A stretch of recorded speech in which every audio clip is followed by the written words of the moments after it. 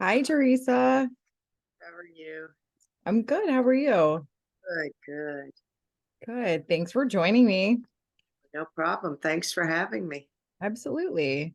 So I can't remember which state are you in right now? Alabama. Oh, okay. And you're not originally from there, is that correct? No, no, I'm from New Jersey, about 25 miles outside of New York City. Okay. So are you gonna be down in Alabama for a while? Uh, Looking to move, undecided which beach, possibly Navarre Ooh, where's that? in Florida, Oh, okay. Very nice. West Coast or East Coast? Gulf Coast. Okay. Yeah, Very nice. yeah, it's close to Destin, sort of Biloxi. It's in that area. Yeah, Destin is gorgeous. Yeah, are kind of thinking of Ocean Springs and um, Mississippi. Okay. Interesting. So you're I can't remember what it was called, but you're doing a program in Alabama, right? Right now, I'm doing it's sort of like an orientation for a program. So Well, I accepted a per diem as needed position at the University of Alabama doing cardiology. okay. So you So once I get through with this formal orientation that they put everybody through, then yeah. I just work when I want. So you'll be in Alabama for at least a little bit. Yeah, oh yeah, we haven't sold our home or anything, but long term, no, I don't want to be in Alabama. Yeah. So hopefully within a year, I would say. Okay. Where are you? I'm in Cleveland, Ohio. Oh, okay. Yeah. And I actually had family in Alabama in Huntsville. Okay, that's northern Alabama. Okay. Yeah, so we would go down there often and see them and the Gulf Shores of Alabama. So I'm kind of familiar with Alabama. Yeah, the Gulf Shores are nice. I've never been to Huntsville, but Huntsville is more north. I guess it's probably about 2 hours from where I am. I'm more in Oh, central Alabama, closer to Birmingham, okay. about Gotcha. 40 minutes outside of Birmingham. Yeah. When I first started going down there, it was there was nothing there. And then within 5 years, it was booming. I couldn't believe the change in the city. It was pretty amazing. Yeah, Trussville's pretty booming. It's kind of rated one of those up and coming places. They're trying to make Birmingham a little bit more decent. The problem with Birmingham is homeless and drugs. Hmm, So that's the biggest problem there. I don't know how easy it's going to be to shift that. right. So, but and Gulf Shores is very nice. That's more of a touristy area. Right. Right. It seems like drugs and homelessness is really just taking over so many cities. Yeah. Even in Cleveland, just the other day driving down to the Playhouse, there were just so many tents on the side of the road, and I had never seen that. It's unbelievable, really. So sad. Yeah, there's no tents in Birmingham. I haven't seen any tents, but I was in Oregon in July, and oh my goodness, it was like a city of tents. Yeah, that's a whole nother story. Yeah, that was like Los Angeles. Birmingham is more, I think they stay in the park and all, and I guess it's a little bit warmer weather, so unless it gets really cold, they open up the shelters. So, and I know they have not drug centers, but like for people, they're trying to get them off of drugs and they'll give them temporary housing. Everybody sleeps on cots and they get meals. And Yeah. Well, at least, yeah, there's resources, right? yeah, yeah, it's just a matter of getting people to take advantage of them. Yeah. Yeah. There's just so many. I mean, I could probably talk about this subject for a while, but so many things. But I don't want to take up too much of your time. So That's a, um I would like to just start like, and I'll edit this part out. Um, Okay. just with you introducing yourself, your background, what your passion is, and then we can go into the hair loss part of it. Okay. And then I'd like to finish by focusing on your cardiology and the heart health and healing with the heart, Okay. because that's really what your focus and passion is, right? Right. So I think that would be really important to do that. Like I said, I did purchase your book, and I am going to pass it on to my client who I've had for 20 years. And I know that he will be I think he'll be honored to pass it along and just kind of help make that more of that connection too. Um, Is so this the client that you said whose wife had surgery? no, he actually just had surgery, but him and his wife are heavily involved with Hay House. I thought she's the one that had the surgery. No, it was her husband. Oh, So okay. he's the author at Hay House, and he just goes to all their activities with her and stuff, but he's had the heart surgery. Oh, So okay. pretty, the way it's aligning is remarkable, so it's a really good time to have this. And I think it's Tuesday or Wednesday that I'll see him. So Okay. And is he doing well after a surgery? yeah, he is really from what I understand, Hay House is very wellness, and I'm assuming your book is healing from the heart or from within. He's Mhm. very centered around that, and he's doing really well. I mean, he's gotten through colon cancer, and Oh, geez. Okay. it's quite remarkable. A lot of mind over matter and positiveness, and so Yeah, it's I think a lot of it really is. I'm not saying that other things aren't important. They certainly are. If you really have something, you just don't want to leave it up to mind over matter. If you need surgery or if you need anything, chemo, anything. But I think it's a combination. I think it's that whole, your mind plays such a role in how you react to things. You become what you think you are. So if you think you're sick, eventually you're going to be sick. If you don't think you're going to survive from cancer, you're not going to.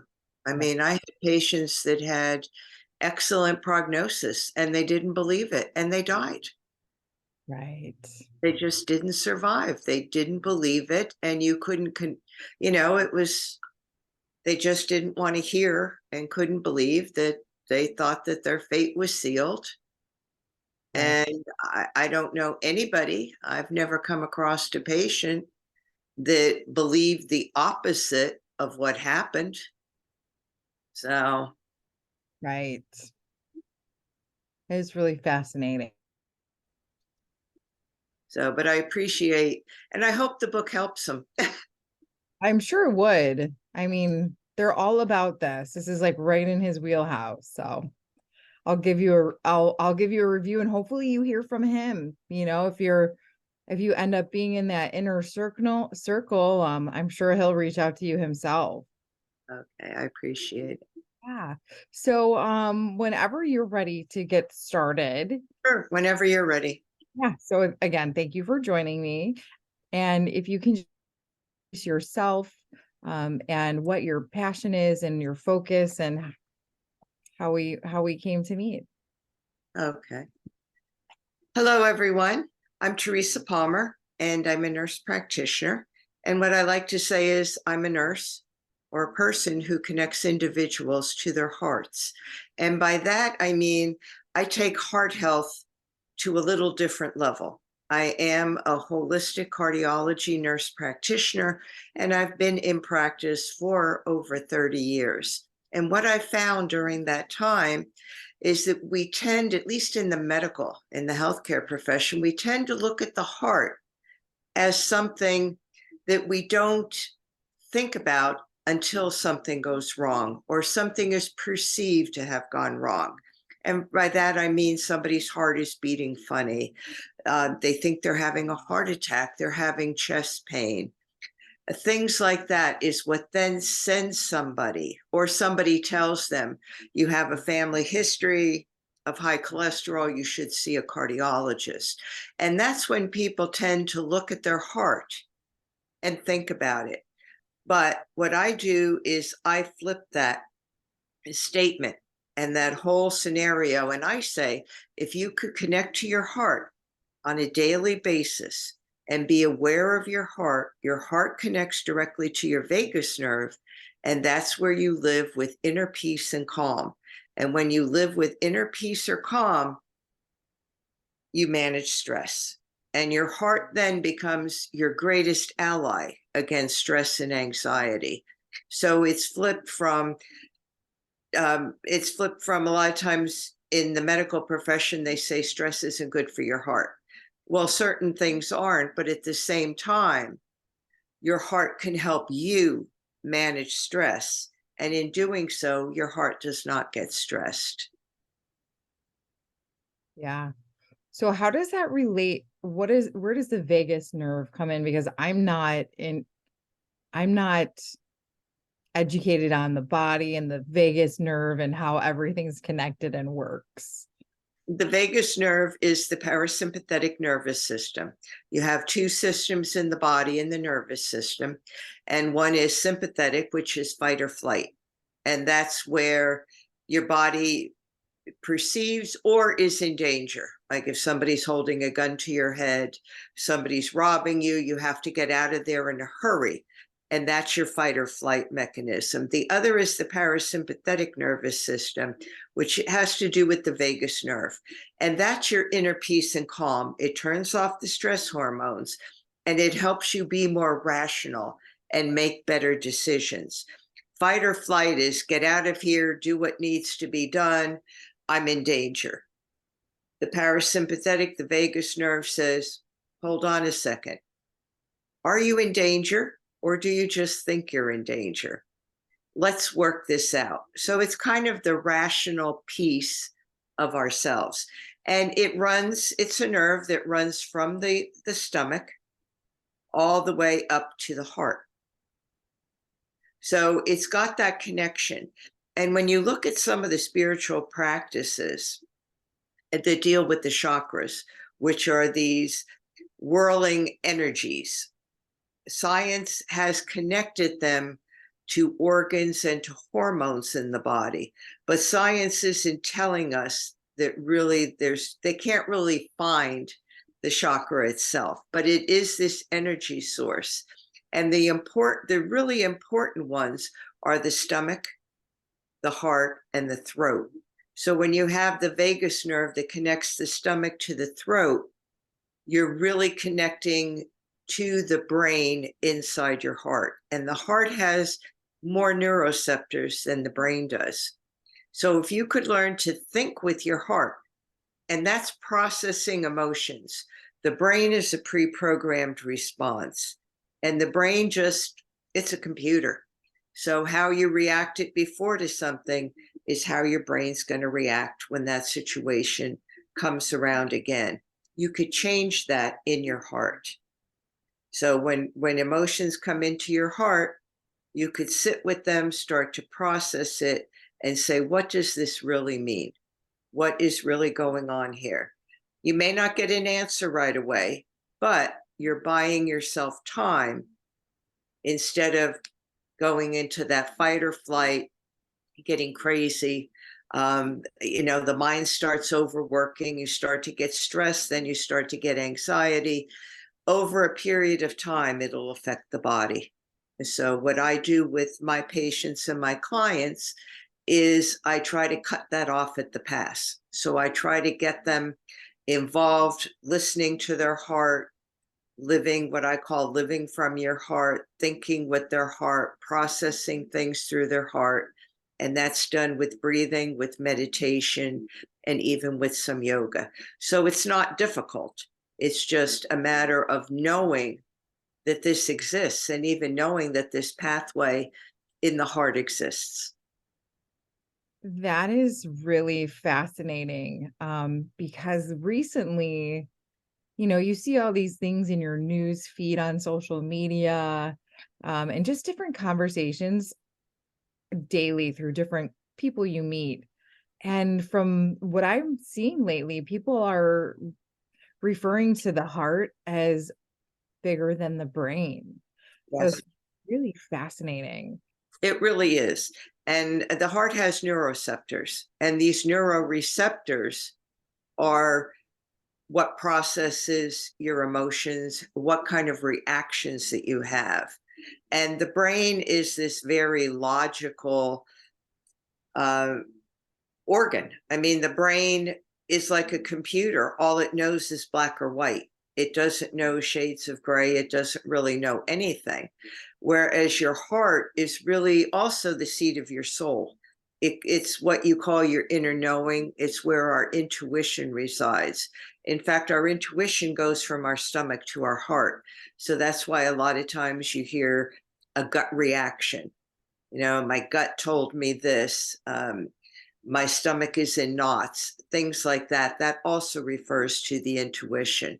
But if you could process things and learn to live from your heart with that inner knowing, that's really who we were meant to be. What has happened, if you look at children, children are very spontaneous. Children do not sit back and think about every single thing that they do. They do spontaneous things. Sometimes it gets them in trouble, but they do spontaneous things. As an adult, we're conditioned to be disciplined and to listen to others. And we see that a lot in health, where we're told that we don't know a lot about ourselves. Go to the expert, go see a doctor, a healthcare provider, a nurse practitioner about this. Go see somebody about this. If you're feeling a little depressed, see a therapist. So we're always looking to someone else because we don't trust that we have that inner knowing and that judgment. And we do. I could count on one hand in 30 years the number of patients that I've had in practice that did not know or have a good idea what was wrong with them and what direction to take. It's just that they needed the validation. They didn't trust themselves enough. And sometimes it costs people because sometimes they know that they're having a heart attack, that something's really wrong, but they don't trust that judgment. So they place a phone call to a healthcare provider, or they take their time to go to an emergency room or something. We're really deep inside. And I've had patients say that to me. I knew what was happening, but I didn't trust myself that I could actually be the judge of what was going on with me. So I work to change all that with people. So I get them to partner in their healthcare to be aware of things. If your body is telling you something, you need to respond. So the body could be a stomach ache, the body could be arm pain, chest pain, a headache, and sometimes even hair loss. So if your body is telling you something, there's a message there. You need to look into it. You need to respond.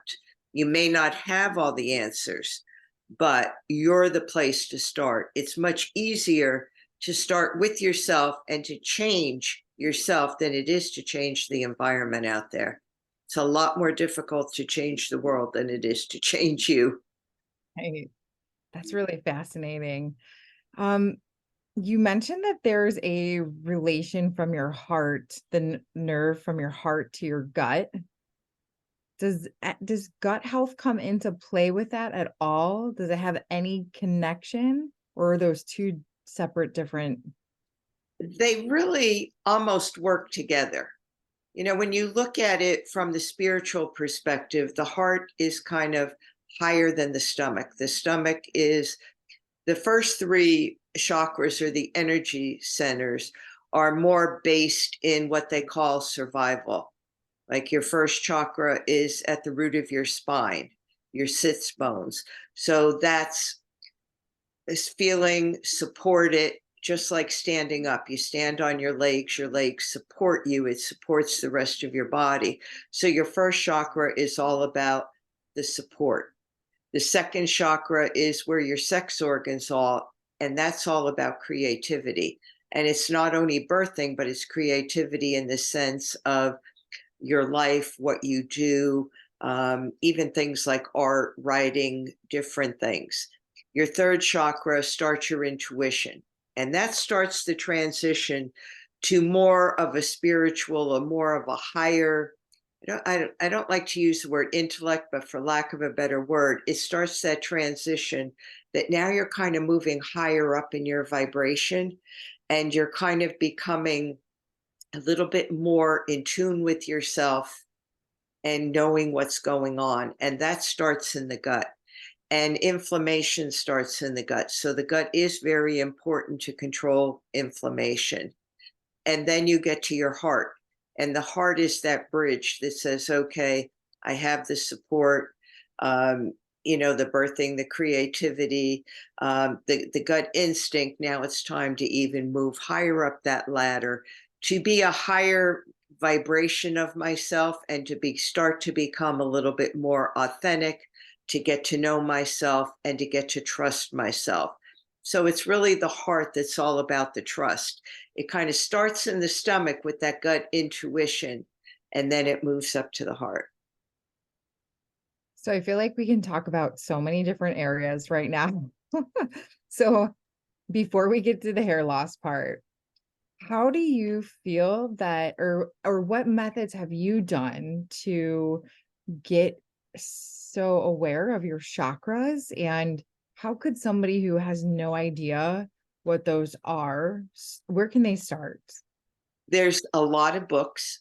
If you look under spirituality and metaphysical, my journey started in the year 2000, and it started first with me taking yoga. And a lot of times, yoga is a good introduction because yoga is a whole holistic practice. It's mind, body, and spirit. So I would recommend if people want to start a journey, they could start looking at YouTube at different things online or finding a yoga class.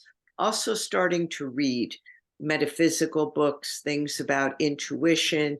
There's books on the chakras. So you could start to find out what those things are. My journey started with yoga, and my spiritual teacher, he's still my teacher, is Sri Dharma Mitra, and he's based out of New York City. So anybody in that area, he has the Dharma Yoga Center. He has classes online and in person. So he is, I think, an excellent yoga teacher that embodies the mind, body, spirit. You could do everything online. You could explore things. The other thing to do is to start to get involved with meditation and things like yoga nidra, which is the yoga of relaxation. And that's a whole another branch now of yoga. It's a relaxation. And it's very good for a lot of self-healing because it helps your body not only to relax, but it helps your cells to repair. And cell repairing is important. And we don't always do that because we don't take time to relax. We're constantly on the go. We're constantly, a lot of times, doing a million things at once. And part of that, again, is the way we're trained in society. We're kind of told the harder you work, the better off you are. And the brain can only process 2 tasks at a time anyway. So if you're doing 4, you're really not doing 4 because your brain can't comprehend all that. Right. Right. There's so much to that. And I feel like every time I'm going to add to what you're saying, you already take the words right out of my mouth, with just being conditioned to be busy and eat what's readily available and do the things that you need to do to get done. And then you focus on yourself later. And that doesn't even give us time to connect with our hearts. Right. And, the airline industry says it the best. They tell you put on your own oxygen mask and then help others because they know that if you don't serve yourself first, and that's another concept that we have trouble with, especially women. If we don't serve ourselves first, we can't help anybody else. If you're lacking oxygen in the plane and you go around and you try to put on other people's oxygen masks, you're not going to get very far because you're going to die from lack of oxygen. And then you're not going to be useful to anybody. So it's the same thing in our daily life, that if we don't take care of ourselves, then how could we take care of somebody else? You can't drink from an empty well. You have to replenish yourself. And even with caretakers, um, there's statistics, and they're really alarming, that say if you're a caretaker and you're caring for someone, 50% of the time you're going to die before the person you're taking care of, because you are wearing yourself out and you're not giving time for yourself. So it's not being selfish. It's being it's a necessity. It's selfless to take care of yourself, because if you're not good, or if you develop illnesses, how could you care for somebody else? Right. Right. Ironically, I am in a series to focus on taking care of myself as we speak, which is really amazing that you said that. Um, so going into the hair loss part of it, what in with the heart health, what do you see in some of your patients that can cause hair loss? Or do you see hair loss before you see something wrong with their heart, or is there a correlation? I can't say there really is, but patients that I've dealt with hair loss, a lot of it is stress and anxiety. So when they go through all the testing, and a lot of it I know is dermatology and endocrine, when all is said and done, they're told that they need to relax. And a lot of times, I've seen people even put on tranquilizers to Wow. help them relax, which isn't, in my opinion, the best way to relax. But could there be other things? People taking steroids a lot of times. So there's certain conditions, heart conditions, and other conditions where you may have to take, if you have some inflammation or an infection, you may have to take steroids. And that plays havoc. So that can cause hair loss. But mostly what I've seen, I haven't seen a direct correlation between somebody having heart disease or high blood pressure and having hair loss. What I've seen is people being very stressed out. And I saw it the most in 2020, because I was seeing people for palpitations, which is that fast beating of the heart. That's what a lot of them are coming in for, all ages. And I was even seeing people as young as 18 years old, their hair starting to fall out. And most of it was stress. I'm not saying there's not other causes, but what I was seeing, especially when the world turned upside down and there was so much stress, anxiety, and fear. And stress and fear go together. Once you're stressed, you're fearful. You may not even know what you're fearful of. A lot of stress is, people are just fearful. We don't really always know why, and if you could manage stress, you could really manage your life. So Right. that's where, it certainly can't hurt people. And I recently had a friend that was ill, was in the hospital, had some major intestinal problems. She did well, but it was almost a life or death situation. And when she got well out of the hospital, her hair started to fall out, and she underwent numerous testings, endocrinology, dermatology. What they said was the stress from being in the hospital was what was causing her hair loss. That once she got out of the hospital, she was able to then her body was then able to recognize the stress, because when she was in the hospital, she was fighting for her life. And that's not the time to take care of stress. So a lot of times we're under these stressful situations. And then once that situation is over, the body then has a chance to try to get back to normal. And that's when the stress appears. And that's when the stress starts to take its toll because it's compounded because something else had gone on and the body wasn't able to respond at that time. That is really interesting because I see people when there aren't any options to retain their hair loss, it's more they need to cover it. And it's always after they've either had a major surgery or some major health crisis. And, my own, just because I'm not in the medical field, I was like, well, maybe it's the anesthesia. But really what it comes down to is the shock of the body and the stress. The body goes into this major shock. And while you're going through it, that's that at that point, the body has to repair. And I remember when I worked in cardiac surgery many years ago, I worked with a surgeon who was really ahead of his time because he would keep things quiet for his patients in the ICU.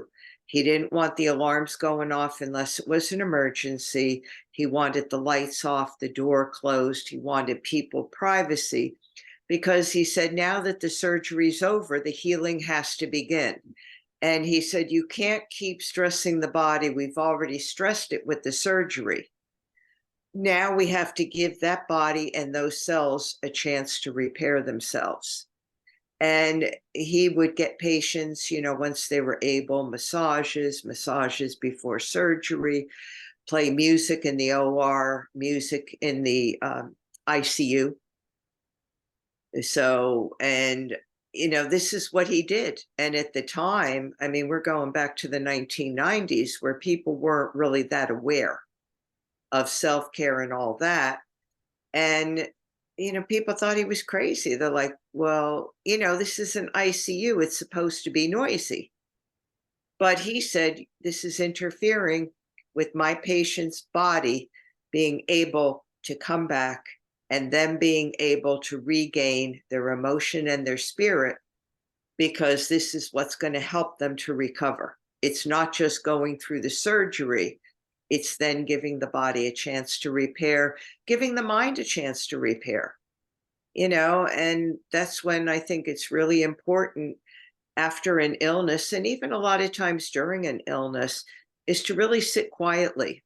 You don't have to call it meditation, you call it whatever you want, but, sit quietly, just take a few deep breaths in and out slowly, and just, sit back and don't let thoughts bother you. If they come into your brain, which they're going to because we're human, just thank them for coming and just dismiss it. Just take this time like a sacred time to be by yourself. Maybe you like to read poetry. Maybe there's a passage from a Bible or any spiritual book. Maybe there's something that you like to do. Maybe you like to sit outside and listen to the birds. Maybe if you're able, you like to take a walk. And again, when you're doing these things, it's an inward focus. So even when you're walking, it's just looking at what's around you. It's not thinking about what you have to do. It's looking at the plants. Are there squirrels around? Look at the trees, look at the leaves. It's being present in that moment. And when you can be present in that moment, that's when your healing begins. Your healing doesn't begin when you're scattered all over the place. And it's hard to, we're kind of trained, we're told we're lazy if we're sitting down or, if we're sitting there quietly with our eyes closed for a few minutes. When I did mental health many years ago, also before I did cardiac surgery, and again, I worked with these people that were so far ahead of their time because they mandated a half an hour silent rest time in your office with the door closed. And they said, set an alarm for a half an hour. You either go to sleep if you want to, or you just don't think. You don't do any paperwork. You don't do anything. You turn off your pager. This is your time to sit quietly And it was mandatory. And it was the hardest thing for me at the time to do. And I felt like I was wasting time. And at the end of the half an hour, somebody would come, knock on your door, open the door, and you would go back to work. It's But fascinating. it's mandatory. That's fascinating. Was that in New York or where you're at now? It's in New Jersey. Interesting. It's in New Jersey. So being in the Midwest, I feel like we're really behind and a lot of those things. We're definitely, those practices are coming up and everyone's becoming more aware, and we're having yoga studios on, in different cities now, which is not as common as it was in the 90s, even 10 or 15 years ago. So it's really encouraging to see those practices start to come into play with everything and Yeah. And become. it's so important. It really is so important. It's the best advice I could give anybody. I mean, I always tell my patients meditation is the gold standard for health. You know, you don't have to call it meditation. You don't have to sit for 20 minutes. And, all you have to do is sit quietly, try 5 to 7 minutes, 10 minutes if you can, morning and night. Even do it before you get out of bed in the morning. Once you start to get up, just lay there at least for 5 minutes and just breathe in and out and pay attention to your breathing. Pay attention to your heartbeat. And your heartbeat really is your rhythm of life. Even though most hearts, we all beat in a certain rhythm most of the time, what's called a normal sinus rhythm, which is lub dub, lub dub, lub dub. But your heartbeat is unique to you. So it's your own rhythm. It's like your own cadence. And that's really the cadence of your life. So when you connect to your heart, you're actually connecting to your life and to the rhythm of your life. Very fascinating. I'm sure people are going to be very surprised that this is hair loss related. I mean, But I did. stress and anxiety, stress will kill you. Yeah, Stress is like a number one killer. Stress is responsible for heart attacks. It's responsible for high blood pressure. It's responsible sometimes for strokes, because if you get so anxious and so stressed, your blood pressure shoots way up. You could burst a blood vessel. Asthma. A lot of times people under stress, you see them, they can't control their asthma as well. Stomach problems. So they actually have stress ulcers, ulcers caused by stress that eats away the lining of the stomach, can cause bleeding. Any of these things could make you ill, seriously ill, or can kill you. Thyroid dysfunction. The more stress you're under, the thyroid tries to fix that, and your thyroid works harder, and eventually it starts to burn out. The same thing with your pancreas. When you're under stress, you're secreting more sugar because the body thinks it needs it to run away. So you find that weight loss is almost impossible when you're stressed, because your body's holding on to sugar and fat. It's raising sugar in the body. Now your pancreas is working harder.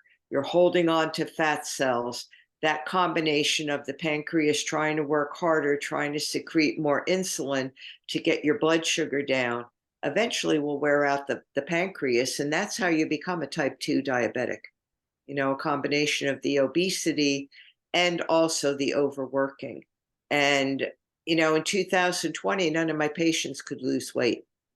And I told them, keep doing what you're doing. It's not you, it's the stress. And once we get further into all of this, you're going to find that once your stress levels come down, once the world settles down a little bit, you will be able to lose weight. And the ones that stuck with that did very well. They dropped their weight gradually, and a lot of them were doing Weight Watchers, which I love, but they were doing different things. And the ones that stuck with it, every day, do your eating, go out, do your exercise, deep breathe, your weight will come off.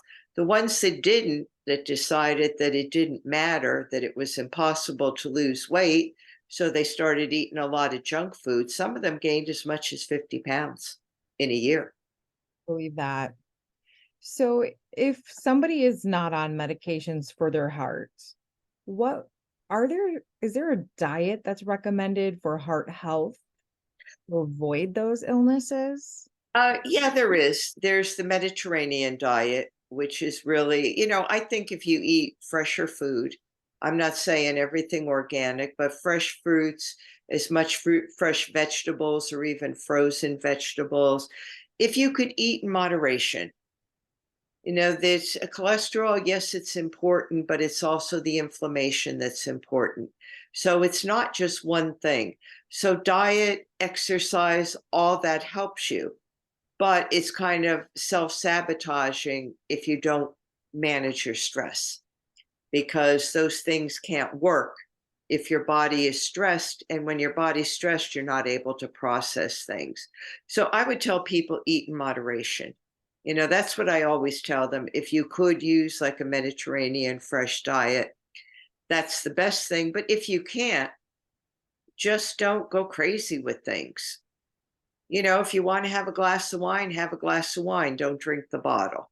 If you want to have a few potato chips, eat them, but ration yourself. If you like bacon, maybe have it twice a week. Don't have it every single day. So I think people do much better when they could have what they like, but just do it in moderation.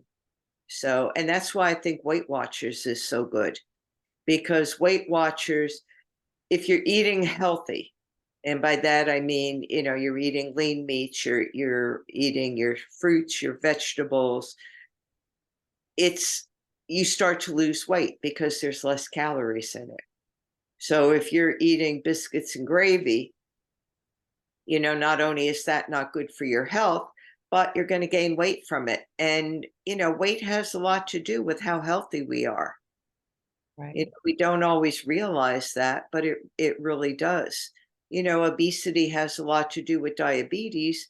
Diabetes, if it's not treated properly, leads to heart disease in many instances.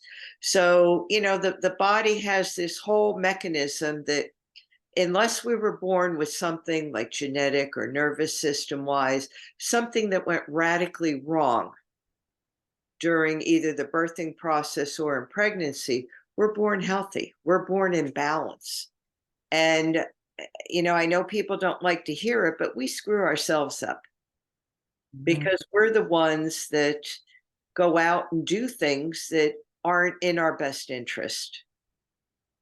And, there's a tendency to blame McDonald's if you get fat. Well, okay, supersize, but do you have to supersize? You have a choice. Nobody says you have to supersize. So I think once we also learn to take more responsibility for ourselves, and that we are in control of our health and well being, we're in control of our life. And 70 to 80% of illness is related to stress. My fan could drop on me right now. There's nothing I could do about that. But that's only about 20% of things that happen to people, car accidents, other accidents.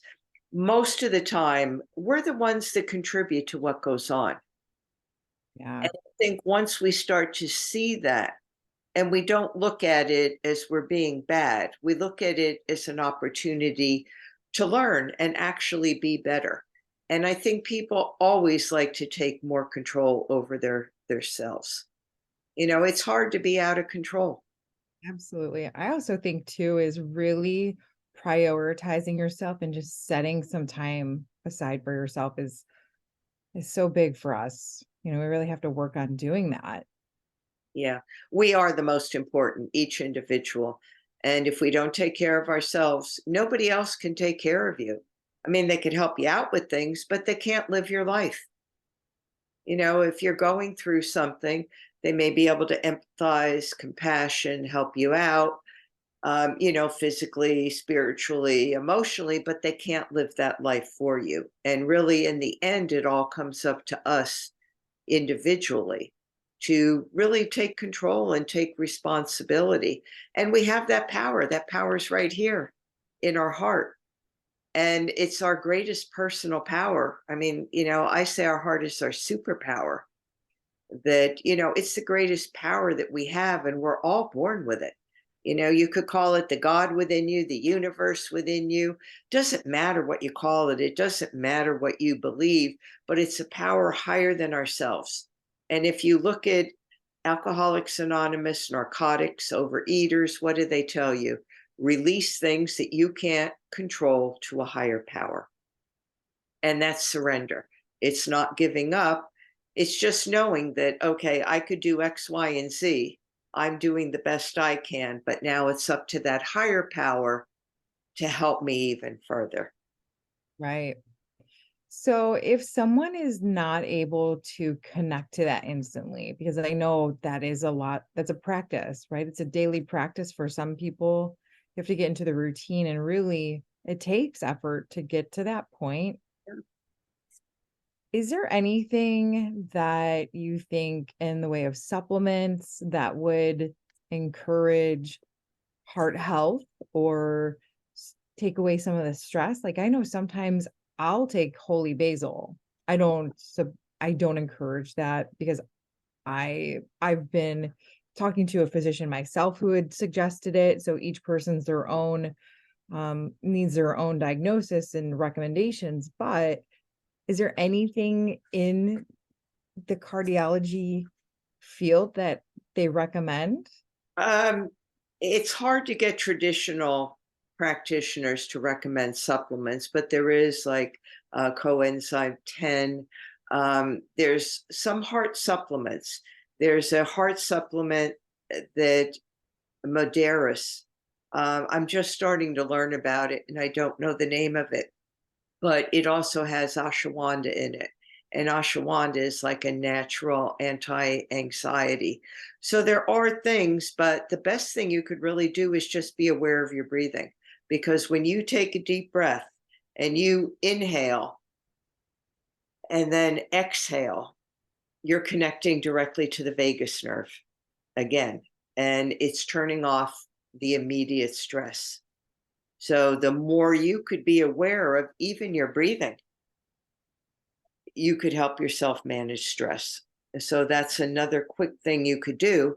Just really take the time to breathe, to be aware of, am I deep breathing? And just, that's all you have to do. And if you feel like you're getting stressed about something, and that's why sighing works. Sometimes, a lot of times in yoga classes, they do the, ah, breathing out. And that sigh again, that connects you to the vagus nerve, it connects you to your heart. Place your hand over your heart. I mean, I know when I got a puppy, what they said was get an alarm clock, wrap it in a furry towel, and put it up against, let the puppy sleep with it, because the puppy thinks that's the mother's heartbeat. So when we're in the womb and when animals are in the womb, they're connecting to their mother's heartbeat. The mother's heart is helping their heartbeat. There's that umbilical cord, there's that direct connection. So, when animals are brought into the world, they still connect to the heartbeat of their mother. So if we could connect to our own heartbeat, just even place our hand over our heart and just be grateful that our heart is beating. That's another thing, is gratitude is very much a stress reducer.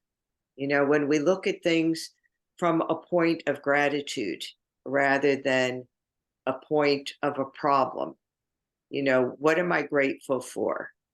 I may have to travel, say, 60 miles to go to a job that maybe I don't like. But what could I be grateful for? Well, I could be grateful for the fact that I have a car, or that I could use public transportation or walk or whatever I would do, and that I'm getting a paycheck that affords me to live. So even though the situation may not be great at the time, and I have a choice, if something else comes along, nothing says I have to be there for 50 years. I have a choice. And we always have choices. May not be right at that moment, but your life is never, ever locked in. Even in prison, you have a choice to be a better prisoner, to get some rewards and maybe get an earlier release. So we always, there's always, there's always a solution, there's always a choice.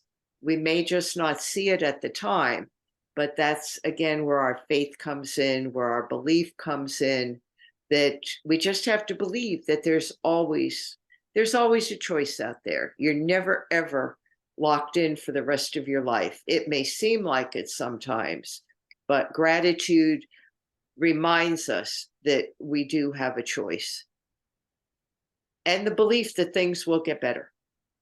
And they always do. Somehow things work out. They may not work out as you think they're going to work out. It may not be your plan, but it works out. And it usually works out to your highest good, even if you can't see it at the time. So it sounds a lot of positive thinking. Yes. And believing it. There's a difference between I'm going to think positive and believing it, because so often people will say they're thinking positive. But, and how could I explain this without sounding a little crazy? But there is this field around us. Everything is energy. Our bodies are energy. At the crudest level, we're all electrolytes. There's a whole electrical system in our nervous system, in our heart, in our organs. So we're all energy, and there's energy fields outside of us. And what happens a lot of times is, if you think positive but you don't believe it, you block that energy from going further. So once you could get that energy further, you start to act in ways that then substantiate what you want. So, probably the simplest example is, you were always told that people will relate to you how you dress.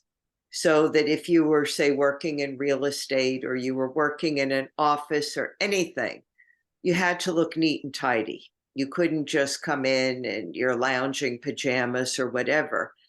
You had to portray a certain image. And then that image translated into success. Now, if you really believed that you could go as far and that there's no limit, you could. If you're positive thinking because somebody just tells you to positive think, and you think, oh, that's nonsense, nothing ever works out for me, then things will not work out. But everything connects to energy. And, I think we're starting to see that more now, that, science is starting to connect what's outside of us more with even our human body. Absolutely. So fascinating. The whole thing is, It the, is. the whole thing really is that we're really more than just our physical body, and that's becoming more and more evident. And it's becoming more and more evident that we could change things. We could help heal ourselves. We could manage our stress, our anxiety. We could start within ourselves. We could change our thoughts. We could go from I'm never going to get well to I'm the healthiest person, and visualize yourself doing things. The brain doesn't know the difference. That's why athletes use that. If they're tennis players, they visualize themselves making good shots, winning the game, being on top of their game, and being the best. And the brain doesn't know that they're just imagining this. The brain then keeps that in a loop. And the more they think about it, then the more their body and their muscles start to react to it. So if you keep thinking that you're going to be well, regardless of what it is, whether it be any illness, hair loss, anything, if you keep envisioning that you're seeing your hair grow, that you're becoming, you may not see a full head of hair, but you're starting to see eventually it's going to happen. It's with that belief because our thoughts become our reality. And we defeat ourselves when we don't believe in ourselves. And you Right. see that so much with illness. I've had patients have an excellent prognosis with cancer, and they say, "No, I'm not going to make it. I'll be dead within a year." And sure enough, they're dead within a year. I've Right. had other patients that were told they had 6 months, a year, and it's 25 years later and they're still alive. Right. They'll all tell you the same thing. I refuse to accept the diagnosis. I knew it wasn't true, and I did everything in my power to change that. I would not believe. Yeah. Right. Being your own advocate. Yeah, it's so important. It's really fascinating. Yeah. So I have your book that I purchased Oh, thank you. from within. Yes. Is this everything that you were speaking on, or is this a different angle of the healing your heart from within? So it goes into things like changing your inner landscape, compassion, gratitude. Gratitude we touched on, but there's also forgiveness. Forgiving yourself, forgiving others. I have case studies without the names of patients and how a more holistic approach helped them, whether it be meditation. I have a chapter on meditation. I go into yoga nidra. I give a couple resources besides Sri Dharma Mitra. There's also a person called Alyssa. Oh, I can't remember her last name now. She's in the book. She's in the book, and she's a yoga nidra teacher, and I studied with her for a number of years. So I go into breath work, the different types of breathing, and I give people simple steps. And I go into the whole process of how stress affects the body, from the release of cortisol all the way up to how it affects even the sex hormones. So it's a guide. It was written for people. In 2020, when I was doing a lot of this, I'd been doing it for years with patients, but I really had a captive audience in 2020 because people realized healthcare providers didn't always have the answer to what was going on in the world. So people started to realize they needed to be their own advocates, take responsibility for themselves. And they were coming back to me and saying, "Remember, you taught me about yoga. What was the name of that? Could you teach me again? How do I breathe? How do I live from my heart?" So I decided, a patient told me I should write the book because I was doing so much of it. And that's initially why I wrote the book, to help people get through those times. It was published under another name in the beginning. And then when we all, then I changed it. I didn't, like then referring to a pandemic. So then I changed it. So it's basically the same book with a little revisions, and it's very user friendly. And I give tools like how to meditate, different meditations, a heart meditation, breath work, different types of breath work. So I think it's a pretty well rounded book. And it's all from the premise of, if you could connect to your heart, then you connect to this, and you also connect to your health and well-being. I'm looking forward to reading this. Oh, thank you. Thank you. It's an easy read. It's a short book. And I purposely did that again because I felt people needed information. They needed it fast, and they couldn't be reading 500 pages to try to get to an answer. And I didn't want it to be scientific. So, yes, it's grounded in certain things like meditation and what stress does to the body, but it's also grounded in realism of of things that people can do to really help themselves. Right. Well, thank you. Thank you. I appreciate everything that you spoke on tonight. I think you really shared a lot of information that we don't think about every day, or until someone with your expertise and knowledge makes us aware of it, or even speaks it into a possibility that that can happen, that there is a connection with the stress in your heart and our daily lives. I think that that's something that we all need to realize. Yeah, and stress is so prevalent. In certain circumstances, it's good because short-term stress pushes you to the next level. But when we get stuck, I say we're all in post-traumatic stress with everything that's gone on, that, it becomes this scenario that plays over and over and over, and we get stuck and we stay anxious, and we may not even know that we're anxious because we're so used to being stressed that we think it's normal. Right. We think it's a normal part of life, and it's only when we sit back and start to go within ourselves and start to connect to our heart that we say, "Hey, I could feel better. I don't have to constantly be on edge." And that's when you realize that you were on edge. So kind of just to sum it up, you're saying meditate, connect with your heart, watch your diet, be aware of yourself and your choices. I mean, really everything that is supposed to be important. Yes, yes. It's really starting with yourself. And once you could start with yourself, your body becomes in balance. And then the other things start to work better. Your diet, everything. And if you're less stressed, you could eat better also, because a lot of times we crave food because we're under stress. So it all kind of works together. But, it's just a main thing of really just being aware that you have the power to change things.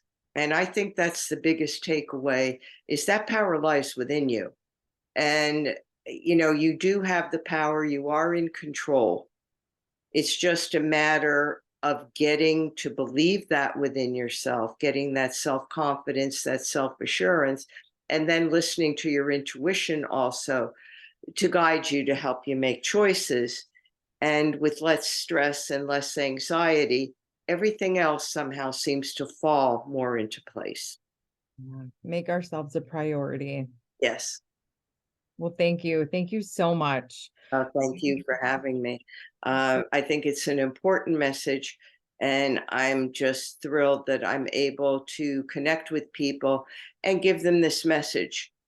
For some people, it may not resonate, and that's okay. But I always feel there's people out there that need to hear all of this. And, they hear that the people that need to hear this will be drawn to it. And the same thing with the book. The people that need it, it's available to them. So, Absolutely. And I think with your how many patients you've worked with over the years and your background, it just speaks volumes to what you're speaking on. yeah, it's been a journey. It's really been a journey. And I would like to see this really more holistic, heart centered approach. And I think it's coming. I really think it's coming. I think it still has a little ways to go. But I think we're kind of getting into a time where we're kind of recognizing, taking, really looking to ourselves more for things. So, Absolutely. Absolutely. I will put all of your information with your interview and what you're speaking on in everyone's emails when we send it out. And can they reach out to you personally? sure. What they could do is, I have a website. It's www.wellbeinggal, all one word, WELLBEINGGAL.com. And if they go to the contact page, what they could do is just, if they have a question or they just want to contact, and then they could be in contact with me. Great. Thank you. And I will make sure I'm that on Instagram. oh, Yeah. perfect. Who's Yeah. not on Instagram now? Yeah. Yeah. I'll also put those links in the email when I send them out and hope, try and make it as easy as possible for people to connect with you because it is such an important message. Yeah, it definitely is. And, my intention is to help as many people as I can. Yeah. I definitely see that. So thank you again. I appreciate your time and sharing your time with all of us. Oh, thank you for having me. And we'll be in touch. Oh, thank you so much. Thank you for what you're doing, the work that you're doing. Thank you. Thank you. All right. We'll talk to you soon. Okay, thank you. Bye. So thank you. I appreciate that. It was fantastic. I mean, you never really know where the path it's going to take, Right. and that's huge. That's really are you doing a summit right now? Like, how do you know Lima? Um, you know what? What's her name again? I'm sorry. Lima?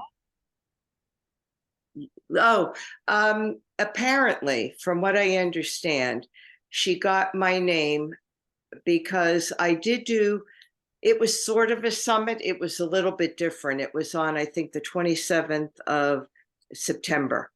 And Okay. it was done on a platform called Event Trapper. Okay. And I think she knew the person, she may have known the person that was hosting the summit. I think that's how she got my information. And what we did was it was like a panel, Oh, and we talked about different things. So it was very interesting. yeah. And that's how she got to me. Well, it's funny.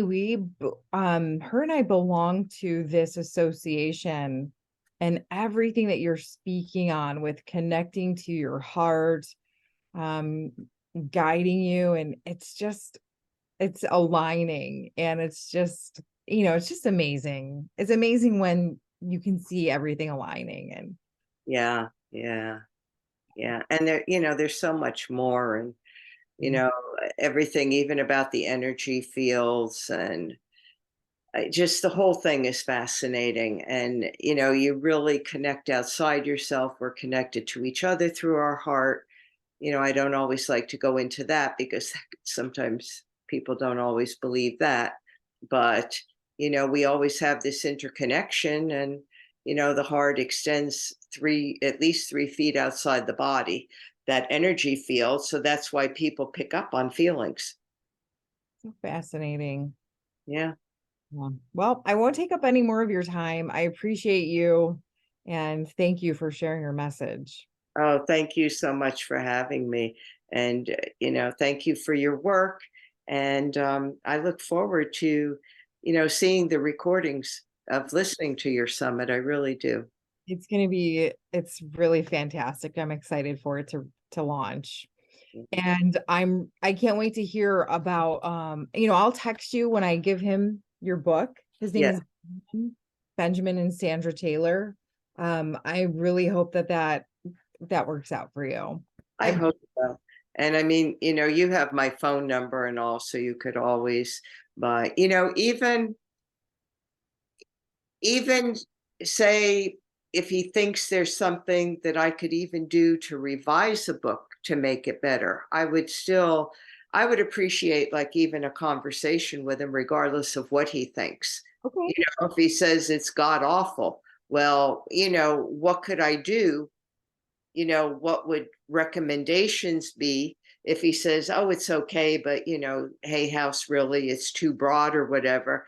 Okay, what would be recommendations? What would you suggest I do that maybe down the road?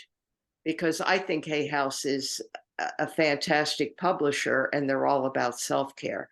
So I would love to have a conversation with the man, just to have the conversation of, good, not good, okay, Yeah. and anything that he could recommend. I would recommend you go this direction, or this isn't something that Hay House is interested in, or it is, or anything like that. I bet he would I bet he would love that. So Yeah. So permission to give him your phone number, I will. yes, yes, you have permission. Yeah, I'm excited to see where this goes for you. Yes, yes, it'll be interesting, and I it'll hear lead lots. where it's supposed to lead.